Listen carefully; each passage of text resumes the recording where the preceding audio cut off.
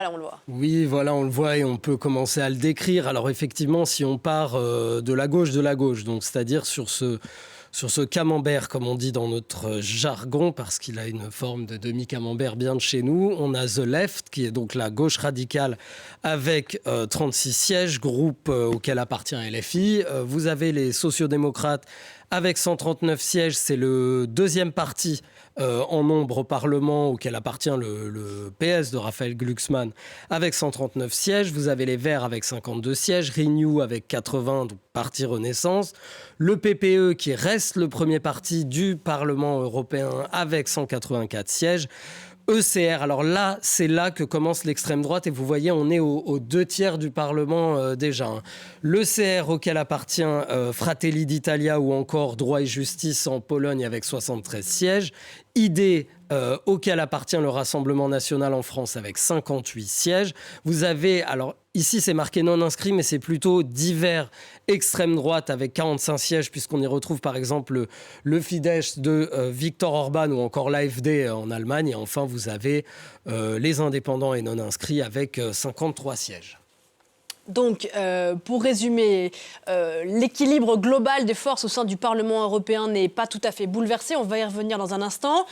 L'extrême droite européenne fait une percée notable. Ce n'est pas non plus un tremblement de terre, mais elle fait une percée quand même notable. On l'a dit, elle est en tête en France, en Italie, elle est en deuxième position en Allemagne.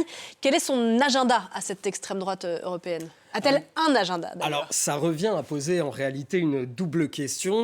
La première, est-ce que ces groupes vont s'allier, éventuellement former un groupe commun ? Ce sont donc les deux questions. Si on commence par le groupe commun, alors ça paraît compliqué pour deux choses. Puis s'il y a des groupes différents, c'est pas sans raison. Ces groupes se différencient par rapport à leur position en politique étrangère. Il y a d'un côté les atlantistes, pro-OTAN, qui soutiennent l'Ukraine sans aucune ambiguïté.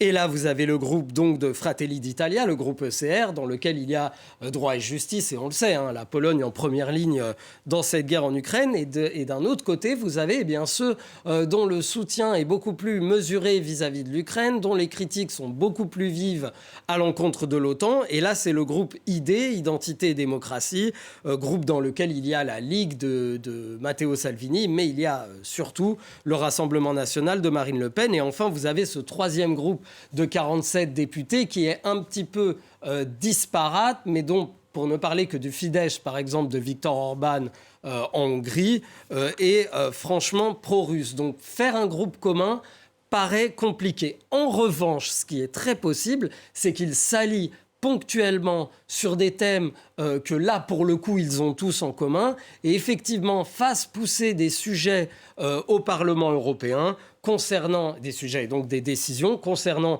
les frontières, l'immigration, les droits des femmes et des minorités, ou encore le Green Deal.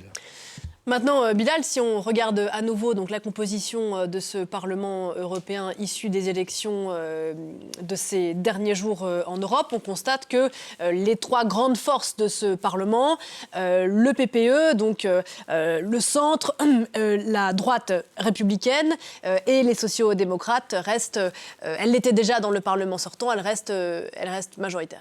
Oui, brièvement, ce qu'il faut comprendre au Parlement européen, c'est que la gauche et la droite gouvernent ensemble. C'est comme si en France, vous aviez du PS jusqu'au LR, une coalition. Ursula von der Leyen garde la même. Les trois principaux partis sont les sociodémocrates, Renew et le PPE, avec une majorité large, puisqu'ils ont 409 sièges, il en faut 361. Mais, et c'est là que la subtilité intervient, des libéraux et des socialistes reprochent à Ursula von der Leyen d'avoir tendu la main à Fratelli d'Italia, qu'elle considère comme certes très conservateur, mais pro-européen.